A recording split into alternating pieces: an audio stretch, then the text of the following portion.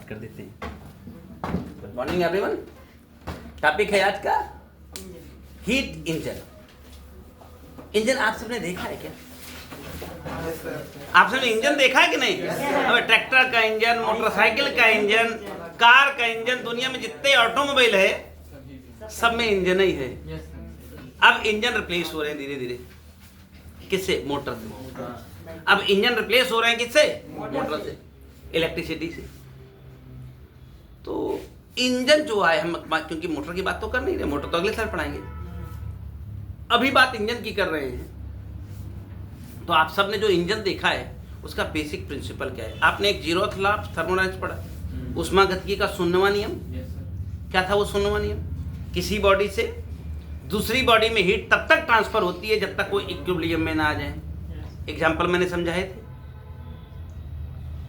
मई जून की दोपहर हो और लोहे की कुर्सी डाली हो धूप में, बड़े हिसाब से कहीं बैठ जाओ, कतराते रहेंगे। लेकिन बैठा दिया गया दो लोगों ने पकड़ के जबरदस्ती, तो क्या होगा? बंदर देखे ही होंगे। वही हल्का हो जाएगा। वो था एक्चुअली कुछ था नहीं, वो थर्मोडायनेमिक्स का जीरोथ लॉ है, 0वां नियम है। और फर्स्ट नियम की महिमा तो तब से चल रही है। 2 चैप्टर गुजर गए, थर्मोडायनेमिक्स में आपने पढ़ी थी और कल तक ये चलती रही। कल का जो सवाल आपने लगाया था डेरिवेशन में, न्यूमेरिकल में, उसमें भी तो आखिरी सवाल को लगाते हुए ये आया था। तो हमें लगता है कि अगर ऊष्मागतिकी हम पढ़ें तो ये है उसका माई बाप, फर्स्ट लॉ ऑफ थर्मोडायनेमिक्स। अब फर्स्ट के बाद आता है सेकंड। देखो न्यूटन के भी 3 नियम हैं और ऊष्मागतिकी के भी 3 नियम हैं। दोनों में 3-3 हैं, लेकिन वहां 1 2 3 होता है, यहाँ 0 1 2 होता है। तो 0 और 1 हम जानते हैं। आज है नियम नंबर 2। क्या कहता है? स्टेटमेंट सुन लीजिए। किसी भी प्रकार पूरी ऊष्मा को ऊर्जा में परिवर्तित नहीं किया जा सकता है। There is no way to convert whole heat into energy. कोई तरीका इस ब्रह्मांड में अब तक कोई ऐसा इंजन नहीं बना है जो पूरी ऊष्मा को ऊर्जा में बदल सके। पूरी ऊष्मा को ऊर्जा में बदल सके। मोटरसाइकिल कितने लोग चलाते हैं? सब चलाते हैं यार। कहाँ जा रही है दुनिया? लाइसेंस किसके पास है? लाइसेंस पापा के पास है। चलाते सभी है, लाइसेंस किसी के पास नहीं है। आपको पता है बिना लाइसेंस अगर नाबालिग आप हैं तो पापा के ऊपर 25,000 का जुर्माना और 1 साल की जेल पापा को होगी, तुमको नहीं होगी। अगर जिस दिन पकड़ाए गए तो 25,000 का जुर्माना और 1 साल की जेल पापा को हो जाएगी। समझे ना? इसलिए रहने दिया करें। तो लाइसेंस किसी के पास नहीं है। तो सब बाइक चलाते हैं। एटलीस्ट बाइक तो, कार कितने लोग चलाते हैं? अच्छे चलाने वाला कौन है? कार एक है, चलो कम से कम। एक 4 व्हीलर भी ड्राइव करता है। लाइसेंस है? No sir. फोर व्हीलर में ट्रैक्टर भी आता है ना? हाँ, 4 व्हीलर ट्रैक्टर भी आता है। ट्रैक्टर कौन कौन चलाता है? ट्रैक्टर चलाना तो बहुत होंगे, हाँ? क्योंकि उसका अगला पहिया दिखता रहता है ना कहाँ जा रहा है। तो ट्रैक्टर सब चला लेता है। लेकिन जितने वाहन तुमने चलाए हैं या जितने वाहन देखे हैं, सब में इंजन है। और हर इंजन में ईंधन है। ईंधन ही तो हीट का सोर्स है। ईंधन क्या है? हीट का सोर्स है। तो ट्रैक्टर जो लोग चलाते हैं डीजल डालते हैं, और मोटरसाइकिल कोई डीजल की आई नहीं। एक आई थी बहुत पहले, सन 80 के 85 के आसपास। हाँ, रॉयल एनफील्ड की एक डीजल बुलेट आई थी। हाँ, वो ऑटोनिक टेम्पो नहीं होता है, टेम्पो की तरह का साउंड होता था। इतना बड़ा सा इंजन रखा रहता था उसमें, लेकिन बहुत अच्छा माइलेज प्रेफर करती थी वो गाड़ी। फिर वो बंद कर दी गई। तो डीजल व्हीकल में, मतलब 2 व्हीलर में डीजल व्हीकल केवल शायद वही आया है जहाँ तक मुझे ज्ञान है। बाकी सब क्या है? पेट्रोल। जितनी बाइक्स हैं सब में क्या है? पेट्रोल। पक्का? आज इंजन में होने वाली सारी घटनाएं आपको लाइव इंजन दिखाएंगे, चलता हुआ इंजन दिखाएंगे, आपके इंजन संबंधित सभी प्रश्नों का जवाब देंगे और चैप्टर पढ़ेंगे। सो अपनी जगह पर विज्ञान देखिए थ्योरेटिकली अलग है, प्रैक्टिकली अलग है। थ्योरी में जो बात हो जाएगी वो डायग्राम में होगी, प्रैक्टिकल में जब होता है तो वो दिखता है यार यही है। इसलिए फिजिक्स में हमेशा प्रैक्टिकल का विधान था। आज से जब से विज्ञान विषय शुरू हुआ तब से प्रैक्टिकल को बहुत बड़ा रोल दिया गया था। जब हम लोग पढ़ते थे तो हर दिन मतलब 8 में से 2 पीरियड प्रैक्टिकल के रहते थे, 6 पीरियड क्लासरूम और 2 पीरियड प्रैक्टिकल रोज हुआ करते थे। अब बच्चा लैब का मुंह ही नहीं देखता है। हाँ, जैसी गए हो ना, गए हैं एक आध दिन, देखे थे कैसी है, केवल देखे थे कैसी है, एक आध किए भी, एक आध किए थे। जबकि हर दिन जितने जब मैं पढ़ाऊँ जो कुछ तो उसका प्रैक्टिकल होना चाहिए। कंडीशन ये है कि आज मैं कोई थ्योरी लेक्चर पढ़ाऊँ तो कल उसका प्रैक्टिकल होना जरूर चाहिए, एकदम फैक्ट है। तो जितने इंजन हम सब ने देखे हैं सब में एक प्रिंसिपल है, heat convert into energy. Heat convert into energy करते हुए हुआ देखा है कि नहीं आपने? Heat convert into energy. देखिए हर व्हीकल में फ्यूल है, डीजल इंजन का अलग कंसेप्ट है और पेट्रोल इंजन का अलग कंसेप्ट। दो ही तरह के इंजन हमारे यहाँ बने हैं, एक डीजल और एक पेट्रोल। पेट्रोल इंजन अलग तरीके से काम करता है और डीजल इंजन अलग तरीके से काम करता है। बाकी पीछा जो इंजन का सिस्टम है वो सबका सिमिलर है, गियर सिस्टम वो सबका सेम है। पावर पैदा करने का कंसेप्ट दोनों में अलग अलग है। पेट्रोल सीधे जलाया जाता है, डायरेक्ट। देखा होगा प्लग लगा होता है, देखा आपने? पेट्रोल इंजन में प्लग होता है और डीजल इंजन में इंजेक्टर्स होते हैं। वो इंजेक्टर जो फ्यूल आता है उसको क्या करते हैं, कंप्रेस करते हैं पावर में और कंप्रेस करके वो फ्यूल जलता है। हाँ, इंजेक्टर क्या करता है, फ्यूल को तेजी से लेता है और वो तेजी से उसका फ्लो बना करके कंबशन चैम्बर में भेजता है। और पेट्रोल में क्या है, अभी लाइव दिखाऊंगा तुम्हें अभी थोड़ी देर में। फ्यूल आता है, स्पार्क प्लग होता है, देखा है नहीं? सभी व्हीकल में स्पार्क प्लग होता है, होता है। वो स्पार्क प्लग इलेक्ट्रिसिटी से जुड़ा होता है और इलेक्ट्रिसिटी आपकी गाड़ी में ही पैदा होती है। तो उसका भी प्रिंसिपल अभी प्रैक्टिकल में समझाऊंगा तुम्हें मैं। लेकिन इंजन दुनिया में जितने बने हैं उसमें 3 ही पार्ट होते हैं। सभी दुनिया के सारे इंजन का 3 पार्ट है। दुनिया के सभी इंजन के अंदर 3 पार्ट ही होते हैं। पहला पार्ट है सोर्स। सोर्स को हिंदी में कहते हैं स्रोत। दूसरा है वर्किंग सब्सटेंस, वर्किंग सब्सटेंस जी कार्य होता है यहाँ। और तीसरा है सिंक। देखो अब हिंदी में भी टर्मिनोलॉजी सिंक ही बोलता रहेगा। तुमने सिंक सुना है कहीं? नहीं, इसके पहले नहीं सुना कभी। सिंक सुने हैं, मैं सिंक की बात कर रहा हूं। सिंक नहीं सुना है? कहाँ होता है? नाम सुने, कहाँ होता है वो पूछ रहा हूं मैं। नाम सुनने से क्या होता है? हाँ, किचन में होता है। सिंक कहाँ होता है? किचन में होता है। क्या करते हैं उस किचन में सिंक का? हाँ, जब कचरा पचरा बचा रहता है उसे फेंक करके बाद में धो के फेंक देते हैं।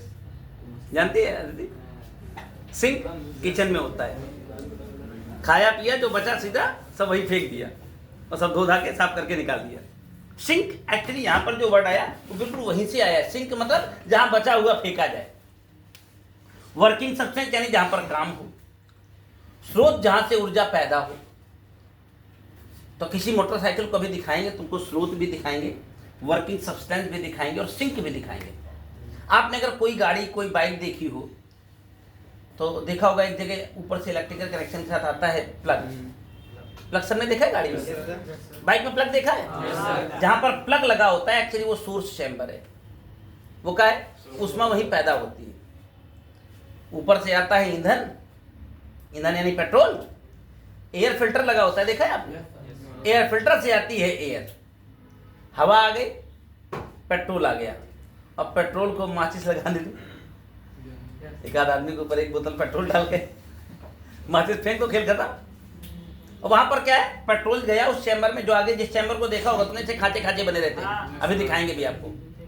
उस चैम्बर में पेट्रोल आता है, हवा आती है और माचिस लगाने का काम स्पार्क होता है। प्लग का केवल क्या काम है? लगातार चिंगारी पैदा करता है और पेट्रोल को चिंगारी भर मिल जाए बूम करके जल जाएगा। और जब जलेगा तो उष्मा पैदा होगी। ऊष्मा ऊर्जा है, आपको पता है। ऊष्मा वो ऊर्जा कुछ नष्ट हो जाएगी, कुछ गर्म करने में खर्च हो जाएगी। मोटरसाइकिल चलती है, मोटरसाइकिल गर्म होती है कि नहीं? कुछ जो एनर्जी पैदा हुई है उसका कुछ हिस्सा वर्क करने में चला जाएगा, और जो बचेगा देखा होगा साइलेंसर से बाहर निकल जाता है। साइलेंसर का पीछे जो जहाँ से धुआं निकलता है उसको बंद कर लो किसी चीज से, स्टार्ट करके दिखाना मोटरसाइकिल से, बताना। यानी और ये सब कुछ सारे दुनिया के इंजन हमारे शरीर से प्रेरित हैं।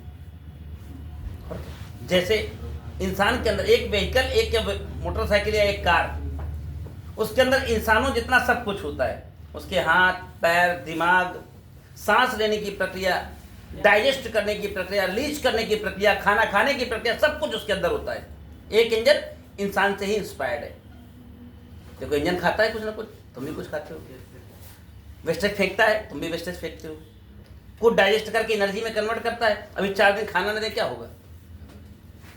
4 दिन खत्म तो नहीं होंगे, लेकिन उठना बैठना मुहाल हो जाएगा। और 15 दिन एक को पड़ न जाए भोजन के अंदर शरीर में, तो क्या होगा?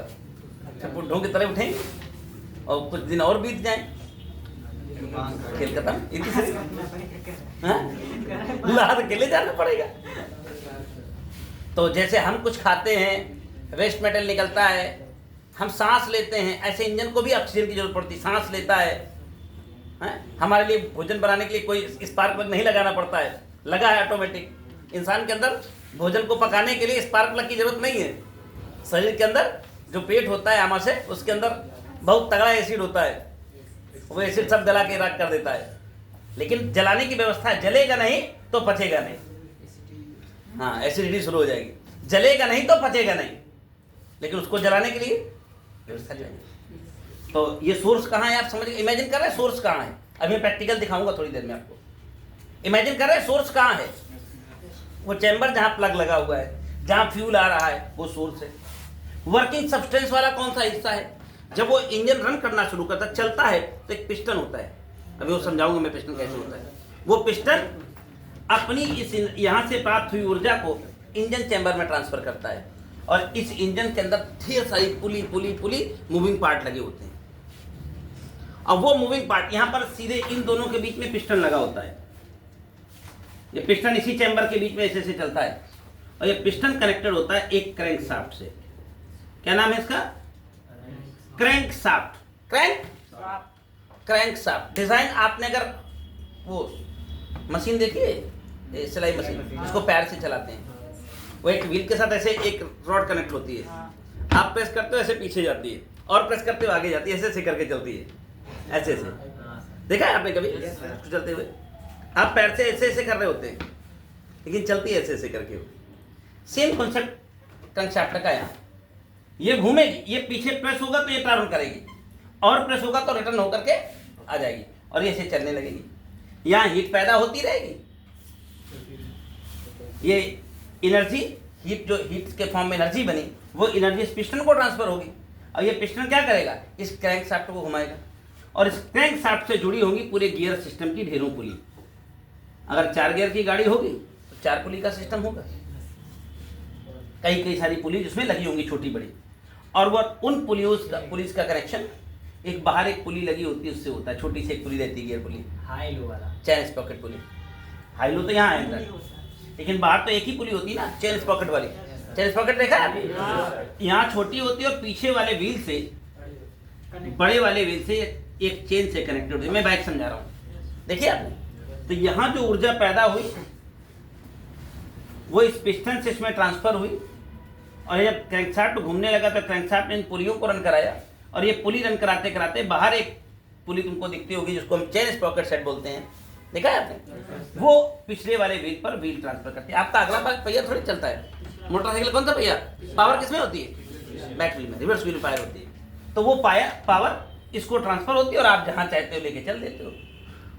कभी कभी क्या होता है, आपकी मोटरसाइकिल स्टार्ट नहीं होती, केवल 3 कारण है, चौथा कोई कारण ही नहीं। या तो उसका पेट्रोल खत्म हो गया, मार की 250 किक मार दिए। और पहली बार जो लोग मोटरसाइकिल सीखते हैं, अगर कोई फ्यूल बंद करके खड़ी किया है, लेके भाग तो गए, 1 किलोमीटर आगे गए, अब वो हो गई बंद, क्योंकि हम नए नए थे 14-15 साल के, तो 1 किलोमीटर तो चली गई, बढ़िया स्टार्ट हो गई और लेके चल दिए, और इसके बाद उसका फ्यूल था बंद। जब खड़ी हो गई तो मार किक 250 किक मार के पसीना हो गए, फुल स्टार्ट नहीं हो रही, कुछ खराब हो गया। फिर घर फोन की, मुझे स्टार्ट नहीं हो रही, बंद हो गई है। घर का कोई बड़ा आया, चालू किए, चल पड़ी। हुआ क्या किसी के साथ? कभी हुआ ऐसा? हमारे साथ हुआ ऐसी बात? ऐसा होता है। और सिंक क्या है? साइलेंसर। ये जब ईंधन जलता है तो इसी चेंबर में वॉल लगे होते हैं, वॉल। वो वॉल खुलते और बंद होते हैं।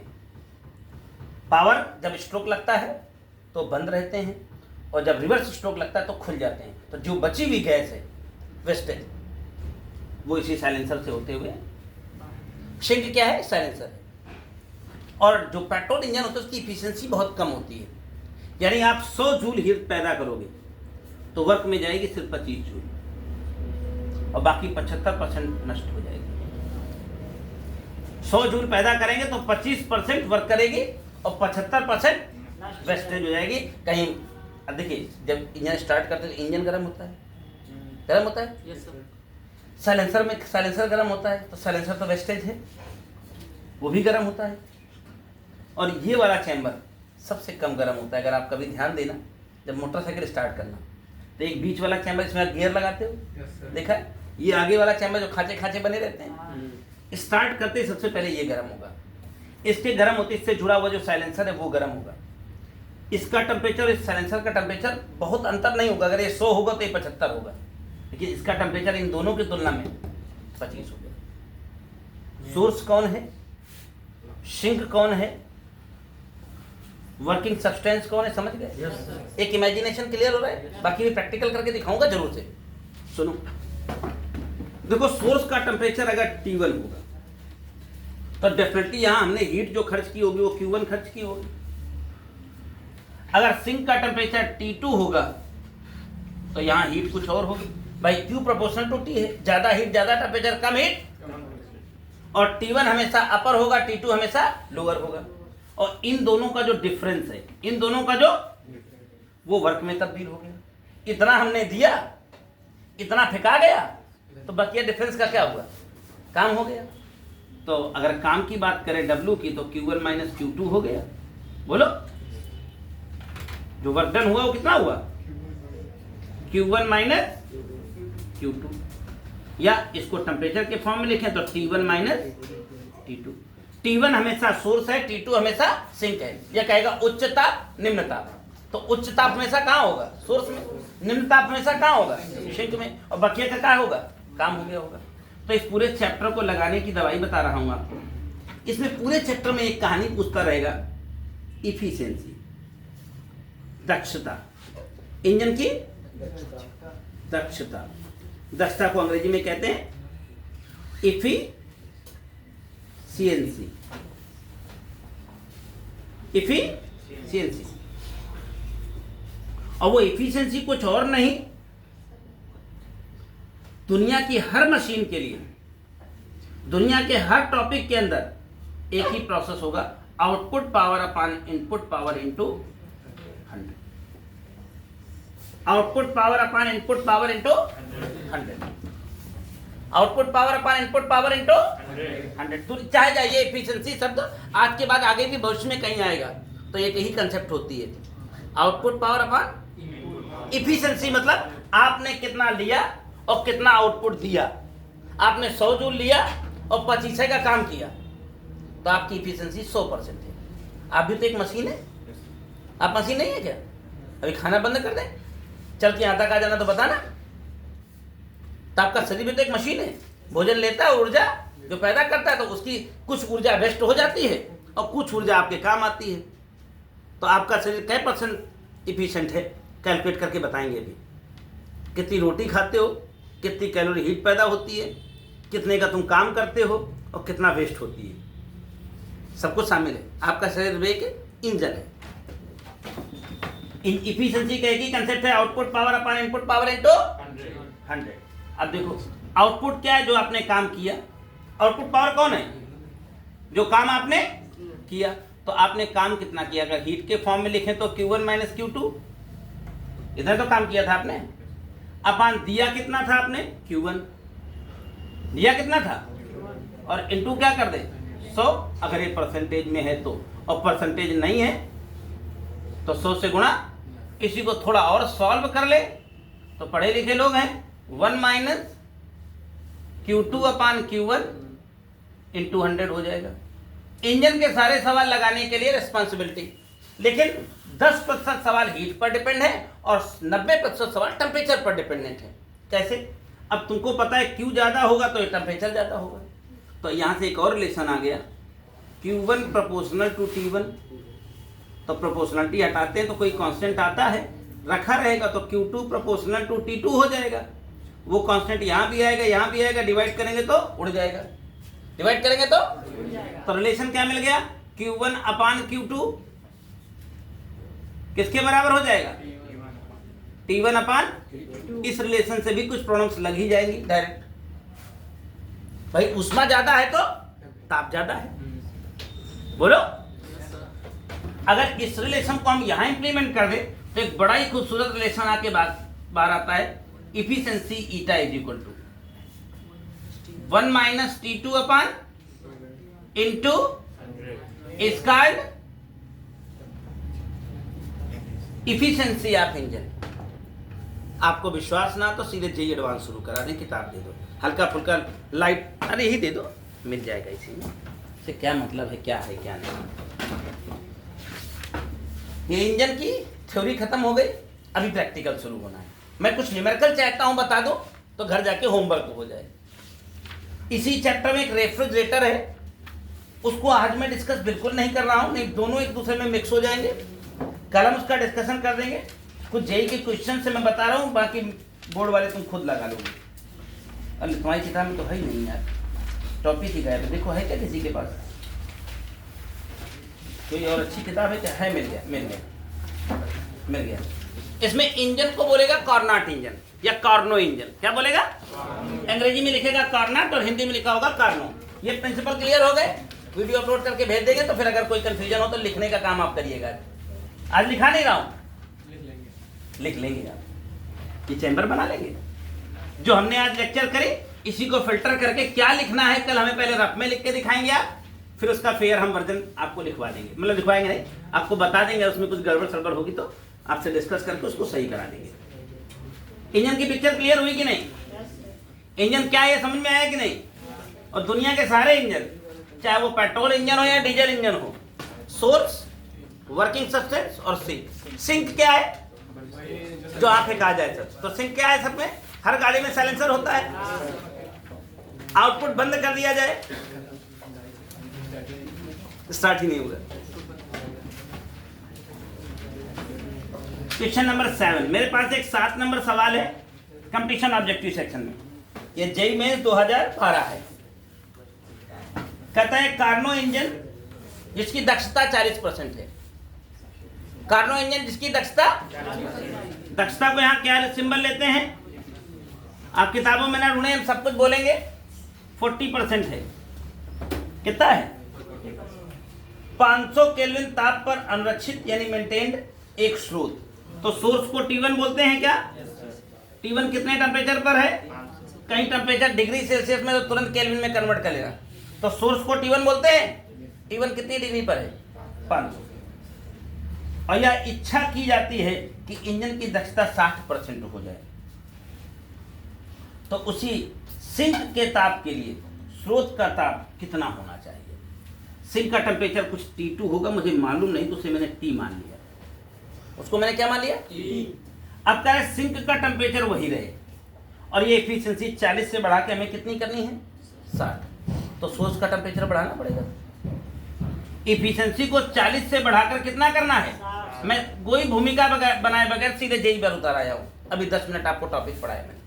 देखना दुनिया का कोई सवाल लगा सकते हैं आज आप। एफिशिएंसी कितनी करनी है? और T2 अभी भी T रहे, यानी ये बदला ना जाए। तो कह रहा है T1 कितना होना चाहिए? T1 कितना होना चाहिए? तो एफिशिएंसी करा जाए, एक ही फार्मूला पढ़े, एफिशिएंसी इज इक्वल टू, अभी क्या पढ़े हैं? 1 माइनस T2 अपान T1 था भैया यहाँ कि T1 अपान T2 था, T2 अपान T1 था। पहले ये एफिशिएंसी हमारी 40% थी। T2 हमेशा सोर्स का सिंक का टेम्परेचर है, तो ये T था, और T1 कितना था, 500 था ना, इंटू 100। अभी एफिशिएंसी 50 से बढ़कर कितनी हो गई, 60। ये वही रहे। अब T1 कितना होना चाहिए बताना है हमें, तुम्हें T1 कितना होना चाहिए हमें तुम्हें बताना है, इंटू फिर से क्या 100। अब मुझे क्या चाहिए, T1 चाहिए। तो यदि पढ़े लिखे अच्छे बालक हैं तो यहां से T निकाल करके यहां बैठा दीजिए। अच्छा क्या करोगे, दो समीकरण है, दो अननोन चीजें हैं, तो इधर वाले सेक्शन से क्या निकाल लिया जाए, T, और उस T को उठा के यहां बैठा दे तो क्या आ जाएगा। अब बोलो निकाल के दिखाऊं, निकाल लेता हूं। इसका 500 एलसीएम कर लीजिए, तो यहाँ 500 चला जाएगा क्या, ज्यादा टोपा तो नहीं हो ना, पक्का। इनके जीरो उड़ा सकते हो, अभी नहीं उड़ा सकते लेकिन अब उड़ा सकते हो। और ये यहाँ चला जाएगा तो 200 हो जाएगा, और 200 इधर कूद जाएगा तो 300 हो जाएगा, तो T 300 आ जाएगा कि नहीं आ जाएगा। इतने कहे गुजरे तो नहीं हो रहे कि कैलकुलेशन ना कर पाओ। ये 500 एलसीएम नहीं करते तो इसको इससे काट नहीं सकते थे, कर लिया तो 500 यहाँ चला गया, T ये हो गया, इसको काटा तो कितना हो गया 5। और कंपटीशन का सवाल है तो कैलकुलेशन तो इम्पॉसिबल है, होगा ऐसा कुछ। 500 को 20, 200, ये 200 इधर पक्षांतर करेगा 300, तो T प्लस का हो जाएगा उधर जाएगा, तो T कितना आ गया। अब उस T का क्या करें, वहां से उठाए हैं यहाँ रखवाएं और तब तक हल कराएं जब तक T1 ना हो जाए। तो उस T को हमने वहां से लिया और यहाँ प्रेजेंट कर दिया, बोलो कर दिया। ये जीरो उड़ाने लायक है, इससे कह दो बेटा तुम इधर निकल आओ चुपचाप। 6/10 इज इक्वल टू 1 माइनस। देखिए कैलकुलेशन में स्किल होना ये भी बहुत आवश्यक है। अब इसको उधर भगा दें और इसको इधर ले आए, तो 300 अपान T1 है क्या यहाँ, और इसको उधर ले गए तो 1 माइनस 6/10। ये कितना बचा राजा, 4/10 कितना बचा। और इसको इससे काटने पर हमेशा 75 मिलता आया है, 75 को 10 से गुणा कर दे कितना हो जाएगा, यानी सोर्स का टेम्परेचर। अगर इफिशिएंसी बढ़ानी है तो सोर्स का टेम्परेचर बढ़ा दे, सोर्स का, सिंक में जितना फेंका रहा था अभी भी फेंका रहा है, या फिर सिंक का कम कर दें। दो तरीके हैं, अगर किसी इंजन की इफिशिएंसी बढ़ानी है, उसकी कार्य क्षमता बढ़ानी है, तो दो तरीके हैं, या तो सोर्स का टेम्परेचर बढ़ा दें या तो सिंक का कम कर दें। सिंक का वेस्टेज कम से कम जाएगी तो इफिशिएंसी ज़्यादा नहीं हो जाएगी, तो या तो सिंक का टेम्परेचर कम कर दें। तो आप देखिए क्या हुआ, पिछले 8, 10, 12 सालों के अंदर एक नई टेक्नोलॉजी इंट्रोड्यूस हुई, टर्बो चार्जर। क्या था वो, जो वेस्टेज वाला मटेरियल था जो साइलेंसर से होकर निकल जाता था, तो एक और डिवाइस लगा दिया टर्बो चार्जर। उस टर्बो ने क्या किया, वो जो वेस्ट में निकल के भागा जा रहा था, डिस्ट्रॉय होने जा रहा था, उसको फिर से उठाया, फिर उसको घुमा करके एयर कंप्रेस करी, फिर से इंजन में डाल दी, तो इफिशिएंसी उसकी बूस्ट हो गई। तब जब इंजन वो एक स्पेसिफिक आरपीएम पर होता है, जब इंजन अगर हैवी इंजन है तो 1500 आरपीएम पर या 1000 आरपीएम पर बूस्ट कर जाएगा, हल्का चलाओगे तो नहीं काम करेगा, लेकिन जैसे उसे थ्रस्ट दोगे तो एकदम फिर आपको पावर फील होगा गाड़ी के अंदर, आवाज़ भी थोड़ी कम आएगी। अगर टर्बो होगा तो आपकी गाड़ी की साउंड कम हो जाएगी, गाड़ी की इफिशिएंसी बूस्ट हो जाएगी, मतलब फ्यूल उतना ही जलेगा लेकिन आपको माइलेज ज़्यादा देगी, अच्छा माइलेज देगी, अच्छा पावर डिलीवर कराएगी, और आप अच्छा फील करेंगे गाड़ी चलाते हुए। और बहुत महंगे महंगे टर्बो आते हैं, हमारी स्कोडा में तो एक टर्बो लगा वो जो फरारी में आता है 3,85,000 का, सिर्फ टर्बो, इतना बड़ा सा एक व्हील चक्कर है, टरबाइन, वो सिर्फ घूमता है। महंगे महंगे डिवाइस लगे होते हैं, बहुत महंगे महंगे आते हैं। वो इंजन का बहुत प्रमुख पार्ट है, खराब हो जाए तो आपका इंजन स्टार्ट नहीं हुआ। समझ में आ गया क्या? Yes sir. बात समझ में आती है। T1 कौन है, T2 कौन है, सोर्स कौन है, सिंक कौन है, वर्क कौन है। एक सवाल से आप पार पा गए कि नहीं? एक और पार करिए। क्लियर समझ में आया है? अभी 2 सवाल लगा दूंगा तो आज चैप्टर पूरा हो जाएगा, फिर प्रैक्टिकल के लिए तैयार हो जाइएगा। दर्शकों से अनुरोध है वीडियो छोड़ के ना जाए, चैप्टर हमारे साथ पूरा पढ़िए। अभी प्रैक्टिकल भी करके दिखाऊंगा। एक और जेईई मेंस 2003 है, थोड़ा पुराना है लेकिन समझ आ जाएगा। कह रहा है कार्नो इंजन में 627 डिग्री सेल्सियस पर स्रोत। भैया इंजन में कितने चैम्बर होते हैं? पहले को क्या कहते हैं? दूसरे को क्या कहते हैं? तीसरा कौन है? सिंक कौन होता है? सोर्स कौन होता है? Engine chamber. और वर्क कहाँ होता है? जहां वो गियर पुली सिस्टम लगा होता है, गियर डालते हैं। मोटरसाइकिल में गियर डाला होगा, जिस जगह गियर डलाता है वो सोर्स वर्किंग सब्सटेंस है, वर्किंग। तो कह रहा है एक कार्नो इंजन 627 डिग्री सेल्सियस। महाराज हमने अभी भी बताया टेम्परेचर डिग्री सेल्सियस में फिजिक्स में नहीं होते हैं। 627 प्लस 273 करोगे कितना हो जाएगा? 900। 627 प्लस 273 टेम्परेचर 627 दिया था डिग्री में, तो केल्विन करेंगे तो 273 प्लस होगा, तो 6 2 8 है 73 2700। और स्रोत से जो ऊष्मा लेता है, तो यहां से जो ऊष्मा ली जाएगी वो Q1 कहलाएगी। 3000 किलो कैलोरी। 3000 भाई फिजिक्स में कैलोरी नहीं है, इज्जत से वो जूल है कि नहीं है? तो किलो कैलोरी से 10 के घात 3 और करने पड़ेंगे ताकि कैलोरी बन जाए। और कैलोरी के जूल 4.2 मल्टीप्लाई करते हैं, जिस दिन से शुरू किया था वहीं था। तो कह रहा है सिंक को 27 डिग्री पर फेंका जाता है। सिंक कितना डिग्री फेंका जाता है? 27 प्लस 273 300 पर फेंका जाएगा। कह रहा है इंजन द्वारा कृत कार्य। तो यहाँ से Q2 पता कर लिया जाए। क्या पता कर लिया जाए? और तो क्योंकि कार्य बराबर हमने बताया ये Q1 माइनस Q2। अरे इतनी पैदा की थी आपने, इतनी फेंका गई, तो बाकी डिफरेंस क्या है? वो वर्धन है कि नहीं है? बोलो। तो अब क्या चाहिए? पहले तब ये कार्य मिल जाएगा Q2। और Q2 और T2 का रिलेशन बताया मैंने। T1 अपान T2 था, तो अभी मैंने लिखा था Q1 अपान Q2 था। तो क्या T1 है तुम्हारे पास? क्या T2 है तुम्हारे पास? बोलो। अगर आप अभी इसको कैलोरी में ना बदलना चाहें तो आफ्टर टाइम में आंसर में बदलिए, क्योंकि आंसर कैलोरी में आ रहा है, जूल में आ रहा है। अगर अभी पंगा नहीं फंसाना चाहते हो तो इसको 3000 कर दो, तो इसको Q2 कर दो, इसको क्या कर दो? ये कटा तो कितना हो गया? ये कटा तो कितना हो गया? तो Q2 कितना हो गया? 1000 किलो कैलोरी। 1000 किलो और आंसर आ रहे हैं साहब जूल में। तो बकलोल तो नहीं ना है यहाँ। Q2 आया 1000 किलो कैलोरी। तो जो वर्क था वो Q1 माइनस Q1 3 था, Q2 1000 था, तो डिफरेंस कितना आ गया? तो वर्क कितना हो गया? 2000 किलो कैलोरी। किलो के पहले कैलोरी करो और कैलोरी के फिर क्या करो?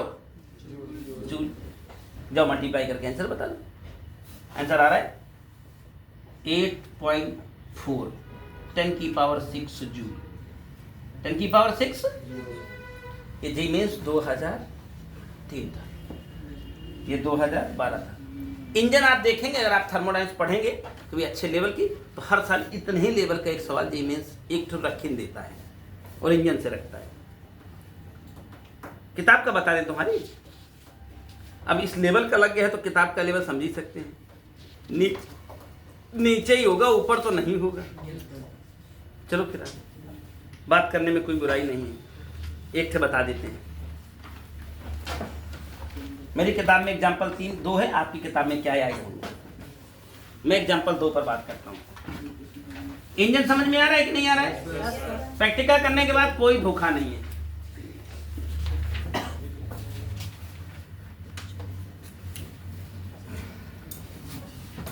कह रहा है एक कार्नो इंजन 0 से 100 के बीच कार्य करता है। तो एक इंजन का लोअर टेम्परेचर 0 और अपर टेम्परेचर 100 डिग्री सेल्सियस। तो भैया अपर टेम्परेचर सोर्स का होता है कि सिंक का होता है? सोर्स। तो 100 डिग्री सोर्स का होगा कि सिंक का होगा? कह रहा है 0 से 100 के बीच में काम करता है। तो 0 कौन है? सिंक। 100 कौन है? लेकिन डिग्री सेल्सियस है, तो ये 373 दैट मीन्स T1। और T2 सिंक होता है 0 यानी 273। और बाकी का जो डिफरेंस था वो कहाँ चला गया? ये W है, ये सोर्स है, ये सिंक है। ये सोर्स है, ये सिंक है, ये वर्किंग सब्सटेंस या वर्क कह दो केवल। कितना हुआ होगा वर्क? T1 माइनस T2 या Q1 माइनस Q2। चलते हैं कह रहा है 746 जूल उष्मा प्रति सेकंड प्रति चक्र स्रोत से लेता है। तो स्रोत से पाई गई उष्मा Q1 हो गई कि नहीं? कितनी लेता है? 746। कह रहा है इंजन द्वारा प्रति चक्र में किया गया कार्य। अभी अभी मैंने एक जेईई मेंस बताया, सेम सवाल है, वर्डन पूछा है। तो पहले Q2 निकाल ले भाई, काम पूछेगा तो हीट से निकलेगा ना वो, और Q2 निकाल के Q1 माइनस Q2 ही वर्क डन है। Q1 माइनस Q2 ही, तो Q2 अब कैसे निकलेगा? एक सुंदर सा रिलेशन है, T1 अपान T2 बराबर Q1 अपान Q2। देखें और बताएं, T1 है 373, T2 है 273, Q1 है 746 और Q2 पता लगाने का। अब देखो इसका कैलकुलेशन देख पा रहे होंगे आप सब, बवाली है ना? इसका कैलकुलेशन दर्द देगा। अभी तुमने जेईई मेंस लगाया, कैलकुलेशन कहीं कस दिया था? नहीं। कट कट कट, ये डिफरेंस होता है। बोर्ड में आपको हर चीज सिखाई जाती है, गुणा करो, भाग करो, देखो कैसे निकाले जाते हैं, लेकिन वहां पर क्या होता है? नथिंग है कैलकुलेशन, केवल कॉन्सेप्ट चेक की जाती है और इसीलिए वो अच्छा हो जाता है। हम तो हमेशा कंपटीशन के सवाल को इस बोर्ड की किताब से 20 मानते हैं, बेहतर मानते हैं, कैलकुलेशन नहीं होता उसमें। बोलो यहाँ से Q2 आने वाला है क्या? Q2 निकाल लेना राजा, Q2 जो आएगा, जो भी आएगा, आई डोंट नो। हाँ, Q2 निकल जाएगा कि नहीं निकल जाएगा? जो भी आएगा वो Q2 होगा। Q2 कितना आएगा? I don't know. कितना? 546 पक्का? चलो अब जैसा समझो। इसका कट जाता है क्या? तब क्या कहना, तब कितना हो गया? 546। तो भाई साहब 746 से 546 घटा दो, W 200 जूल आ जाएगा। ये जूल में था ना, ये तो ये जूल में ही आएगा। जूल में था तो जूल ही आएगा, कैलोरी में होता तो जो W आया वो कितना आंसर है? 200 जूल। टफेस्ट क्वेश्चन बता रहा हूं मैं किताब का। इसके बाद दूसरा सवाल, सिंक को निष्कासित उष्मा यही Q2 है। दूसरा सवाल था, पहले निकल गया, ये भी आ गया। अब क्या? इंजन की दक्षता। इंजन की कौन सा सूत्र है भैया दक्षता का? चाहे टेम्परेचर वाला लगाना चाहे हीट वाला लगाना, क्योंकि दोनों चीजें पता हो गई है तो दोनों से ही आ जाएगा।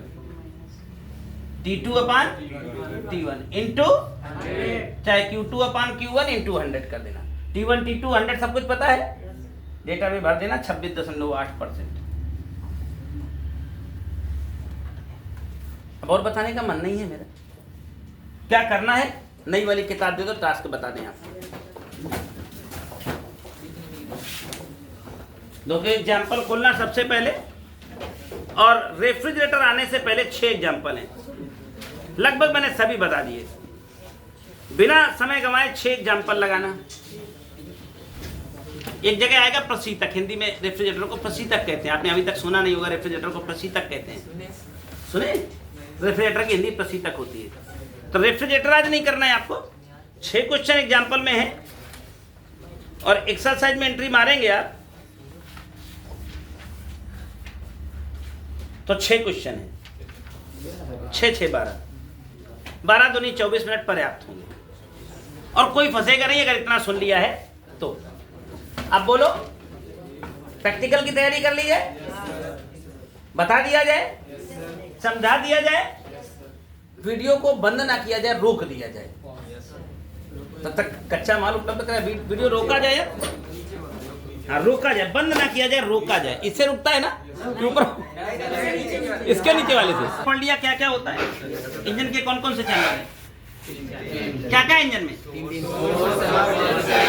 समझ में आया ना? तुम इधर आओ। इसमें सोर्स, सिंक और क्या कहते हैं, वर्किंग सब्सटेंस को आइडेंटिफाई करो। कहाँ कहाँ है सोर्स, कहाँ है पहले बताइए। सोर्स यहाँ, सोर्स वहाँ है, सोर्स ये सोर्स ये। अरे सरकार, जहाँ जलेगा वहीं तो सोर्स है। ये सोर्स है। ये सोर्स क्यों है? देखो ये क्या है, ईंधन टैंक।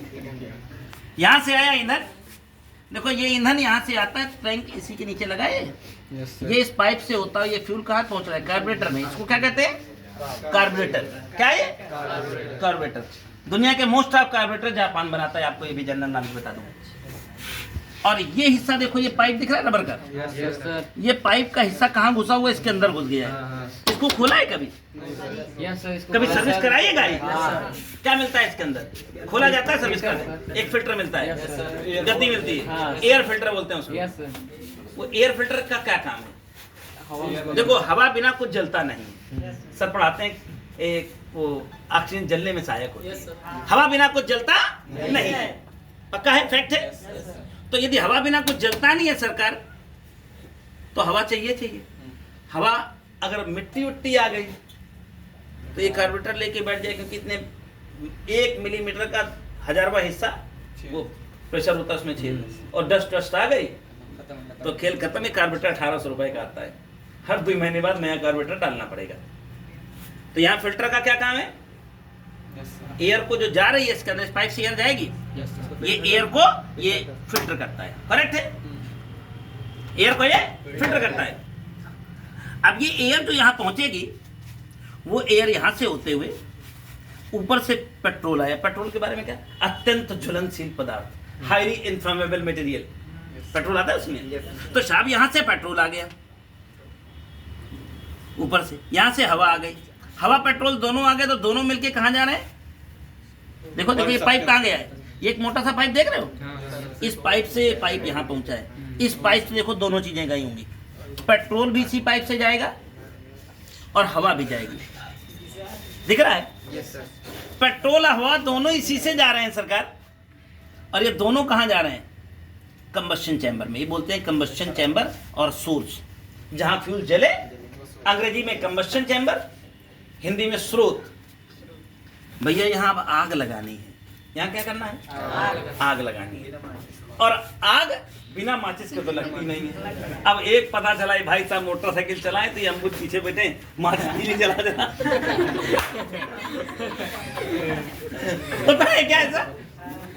फिर यही एक आदमी करना पड़ेगा कि एक आदमी मोटरसाइकिल चलाए, दूसरा आदमी माचिस छुआता रहे बार बार, तभी चलेगा नहीं। कहाँ चलेगा? और पेट्रोल भी है, पता चला माचिस तीन पकड़ी जला दी, मुझे तो जल गई तब। तो हुआ क्या कि अब इसको परमानेंट प्रक्रिया बनाए रखने के लिए एक व्यवस्था लगा दी गई, स्पार्क प्लग। देखा होगा, सबने देखा होगा।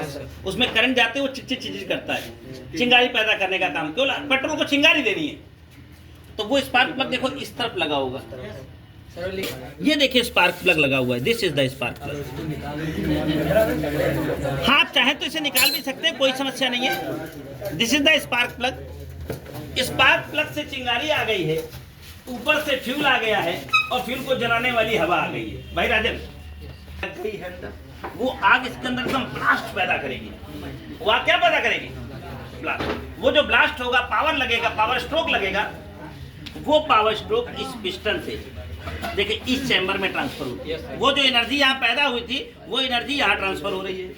परफेक्ट है कि नहीं? वो एनर्जी जो यहाँ पिस्टन से ट्रांसफर हो रही है, किससे हो रही है? पिस्टन से हो रही है। वो एनर्जी है पिस्टन से ट्रांसफर हो रही है। वो एनर्जी जब पिस्टन से ट्रांसफर होती है, तो वो पिस्टन इसके और इसके जस्ट बीच में लगा होता है। कभी आपने इंजन खुलवाया है किसी गाड़ी का? तो एक बीच में सिलेंडर निकलता है, वो सिलेंडर पिस्टन कहलाता है। और वो सिलेंडर एक क्रैंकशाफ्ट से इस इंजन वाले सिस्टम से जुड़ा होता है। बस जैसे वो पावर पड़ेगा वो पीछे धकेला जाएगा, और पावर पड़ेगा वो रिवर्स होके लौट आएगा। क्योंकि क्रैंकशाफ्ट का डिजाइन है ये, एक बार धक्का मारोगे पीछे हटेगा, और धक्का मारोगे आगे आ जाएगा, लेकिन क्रैंकशाफ्ट पूरी घूम जाएगी। अब वो देखिए जितनी बार ईंधन जलता रहेगा जब तक, तब तक ये पिस्टन आगे और पीछे होगा। पिस्टन आगे पीछे होगा तो इसके अंदर जो क्रैंकशाफ्ट है वो घूमना स्टार्ट हो जाएगी। बस हमें क्रैंकशाफ्ट को घुमाना ही तो, और जब वो क्रैंकशाफ्ट घूमना शुरू हो जाएगी तो किसी घूमती हुई चीज से और चीजों को जोड़ दीजिए। गांव में देखा होगा पट्टा जोड़ देते हैं, तो दूसरी चीज चल रही होती है। यहाँ पट्टे की कोई जरूरत नहीं है, अंदर ही इसके साथ गियर सिस्टम लगे। देखिए गियर ना भाई, इसके साथ एक गियर पुली लगी होती है। वो पुली आप इसको जब खोलते हो देखोगे एक छोटी सी पहिया यहाँ लगा रहता है, पुली लगी होती है चैन पॉकेट, ये चैन है, और वो पूरी पावर इस बड़े व्हील में चैन से ट्रांसफर हो जाती है और आपकी व्हीकल चल पड़ती है। तो साइलेंसर का क्या काम? जी हाँ, जब यहाँ जला था आपके पेट में भी खाना जलता है? जलता है, जल जाता है, पच जाता है, फिर वेस्टेज जाता है। इसके पास भी व्यवस्था है। आपका वेस्टेज बाहर ना निकले तो क्या होगा? 2, 4, 6 दिन बच जैसे ज़्यादा नहीं, इसके बाद हाँ कहानी खत्म। तो वो वेस्टेज देखिए वो कभी भी देखना, जो साइलेंसर होगा वो इसी के साथ जुड़ा होगा। साइलेंसर यहाँ कोई काम, यहाँ साइलेंसर का कोई काम। साइलेंसर कहाँ जुड़ा होगा? हमेशा देखा है आपने कहाँ जुड़ा होता है? इसी चैम्बर से देखिए पीछे से लगा होगा, ये देखो ये लगा है, ये साइलेंसर इसी चैम्बर के अंदर से लगा हुआ है। बस अब क्या करना है, हमें इसे लाना है और ये चल पड़ेगी तो हम तुम भी इसी में बैठे बैठे चल पड़ेंगे। कई बार 2 लोग, कई बार 3 लोग, कई बार 4 लोग क्रिकेट मैच देख के खेलने गए हो तो इधर उधर करके 5 लोग बैठ जाते हैं, मतलब घर चलना है तो सबको बैठा के ले आती है। और सोचो इसकी पावर कितनी होती है, ये 100 सीसी के अंदर की है, 97 सीसी। इसका इंजन 97 सीसी है। इसका इंजन कितना है? 97 सीसी। 97 सीसी की मोटरसाइकिल आप 4 लोगों को लोड करके ले जा सकती है और चढ़ाइयों चढ़ा ले जाएगी। गियर कम करना पड़ता है। बस गियर कम करना पड़ेगा। गियर कम करने का मतलब आपने टॉर्क बढ़ा दिया। हाँ, टॉर्क, गियर कम करने का मतलब आपने टॉर्क बढ़ा दिया। ज्यादा टॉर्क होगा, ज्यादा लोड खींच ले जाएगी। स्पीड नहीं पकड़ाएगी बट ज्यादा लोड खींच ले जाएगी। होता है ऐसा। आप चढ़ाई पर हो तो आपको क्या करना है, गियर डाउन करके टॉर्क लो कर दीजिए, टॉर्क हाई कर दीजिए, चढ़ती चली जाएगी। ऐसी फैक्ट है। कोई समस्या बात समझ में नहीं आ रही? हाँ, अब इसमें सारा सवाल है। आपके पास कोई सवाल है क्या? सीसी क्या होता है? कहते हैं 150 सीसी की है, 250 सीसी की है, 350 सीसी की है। अब तो लोग 350, और वो है उससे आती है, वो 1000 सीसी की आती है ना? एक और वो इंग्लैंड की बाइक है, क्या नाम है, Harley Davidson. 2 double twin 3 engine लगे रहते हैं, है ना? 6 स्पार्क प्लग आती है, देखी कि नहीं तुमने? 12 14 लाख 50 लाख की मोटरसाइकिल आती है। क्या है उसमें पावर और सीसी? अरे उन कई मोटरसाइकिल में कार से भी ज्यादा पावर होती है। 2000 सीसी 5000 सीसी की बाइक BMW बनाती है ना? बनाती है ना? तुम लोग तो ज्यादा जानते हो इसके बारे में, हमें कम जानकारी, तुम्हें ज्यादा जानकारी होगी पक्का। बच्चा छोटा होता है उसका खूब इंटरेस्ट होता है, वो फोनों में सब यही वीडियो देखता है कि नहीं? तो कई हाँ रेसिंग बाइक के देखेगा, कार देखेगा, उसका इंफॉर्मेशन हमसे ज्यादा होगी, तुम्हारे पास ज्यादा होगी आई थिंक मेरे ख्याल हिसाब से। लेकिन तुमने कभी सोचा सीसी क्या होता है? देखो जो ये पिस्टन जो चलता है, चलने के बीच में गैप आता है, गैप होता है कि नहीं उसके बीच में? तो जो गैप जितना है उसका वॉल्यूम, वो पिस्टन चलने के लिए जगह चाहिए कि नहीं चाहिए? यहाँ से यहाँ तक मूव करता है तो बीच में जो गैप होता है उस गैप का जो वॉल्यूम होगा, सीसी क्यूबिक सेंटीमीटर, किसका मात्रक है? आयतन का मात्रक है। क्यूबिक सेंटीमीटर किसका मात्रक है? आयतन का मात्रक है। तो क्यूबिक सेंटीमीटर अगर आयतन का मात्रक है राजा, तो इसका मतलब आयतन होना चाहिए। तो जो पिस्टन छोटा होगा तो जगह छोटी होगी, और जगह छोटी होगी तो पावर कम पैदा होगी। भाई जलने वाली चीज वहीं पर जली, कम जला तो कम फ्यूल भी खर्चा हुआ होगा। तो जो छोटी बाइक्स होती हैं उनका माइलेज ज्यादा होता है। अब तुम पल्सर ले लो, अपाचे ले लो, या और पता चला वो 350 सीसी बुलेट ले लो तो 25 का माइलेज देती है। और इनका क्या माइलेज है? कम से कम 60 है। कम से कम 60 तो है ही, ये कम से कम 60 देती हैं, इसमें कोई शक नहीं। लेकिन बुलेट का माइलेज निकाले ना 40 तो बताना नहीं आएगा कभी। बोलेगी कंपनी 40 है लेकिन 40 नहीं आएगा, इम्प्रैक्टिकल है 25 तक। क्यों? 350 सीसी का इंजन रखा हुआ है, बड़ा सा सिलेंडर है, बड़ा सा पिस्टन है उसका, तो जगह बड़ी है तो फ्यूल खाई, मुंह बड़ा है, पेट बड़ा है तो ज्यादा खाएगी नहीं। इसी बाइक को तुम हाई स्पीड में चला दो, माइलेज कम हो जाएगा। हाई स्पीड चलेगी तो पावर ज्यादा लगेगा, और हाई स्पीड चलाओगे तो माइलेज डाउन हो जाएगा। क्यों डाउन हो जाएगा? क्योंकि इसका जो ये कार्बोरेटर सेक्शन होता है, इसमें फ्यूल को कंट्रोल करने का, जो आप एक्सेलरेट करते हो सारा एक्सेलरेशन यहाँ पर है। वो एक्सेल, और जैसे वो खुलेगा, जब एक्सेलरेट करोगे उसका मुंह ज्यादा खुलेगा, तेज एक्सेलरेट करोगे ज्यादा मुंह खुलेगा, ज्यादा फ्यूल जाएगा। सही है? तो कहानी समझ में आ गई कि नहीं? इंजन में प्रैक्टिकली समझ में आ गया। ये कौन सी जगह है? ये क्या है? उधर क्या लगा हुआ है? सब इंजन में 3 पार्ट होते हैं। बाइक चलते हुए कंसेप्ट समझ में आ गया। कभी कभी बाइक आपकी बंद हो जाती है। पेट्रोल बाइक बंद होने का केवल 3 कारण है। एक, फ्यूल नहीं आ रहा होगा, पेट्रोल है नहीं लेके चल दिए, 20 रुपए का पेट्रोल लगाते हो। अपाचे वालों ने देखा 20 रुपए का पेट्रोल लगाते हैं, 20 रुपए पेट्रोल डालो तो यहाँ से चौराहे पर जाके बंद हो गए, उसकी क्या गलती है?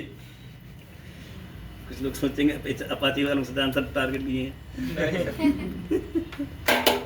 तो फ्यूल नहीं होगा या फ्यूल बंद होगा, नए 9 से किया है, अब फ्यूल बंद करके घर में गाड़ी खड़ी है, मार के तो 1 किलोमीटर चली जाएगी। या तो फिर इसे करंट नहीं मिल रही है, या तो फिर इसे फ्यूल मिलता रहे, करंट मिलती रहे, हवा मिलती रहे, तो जिंदगी में कभी खत्म नहीं हुई, चाहे 50 साल चला लो। एक जनरेशन खत्म कर सकते हो, गाड़ी नहीं खराब होगी। टाइम से मेंटेन करो। अब खरीद तो लिया, चवन्नी नहीं, उसको मेंटेन करने के लिए तुम्हारे पास, ये तो कभी खराब खड़ी हो जाएगी। वरना एक कॉइल लगे तो इधर से जब करंट कैसे पैदा होती है इसमें, कक्षा 10 में पढ़ाई करी तुमने। एक टॉपिक था इलेक्ट्रोमैग्नेटिक इंडक्शन, विद्युत चुंबकीय प्रेरण।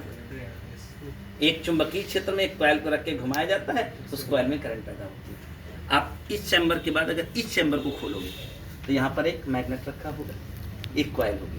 जैसे आप किक मारते हो, सबसे पहले वही कॉइल घूमती है, सबसे पहले वही हाँ, वो किक साइड होती है, वही किक होती है एक्चुअली।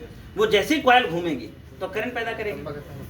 कॉइल घूमते ही और करंट आ गया, ऊपर से फ्यूल आ गया, हवा आ गई, इस चैम्बर पे पहुंचा, ब्लास्ट हो गया, और ब्लास्ट होते एनर्जी पैदा होगी, बस आपकी मोटरसाइकिल चल पड़ेगी।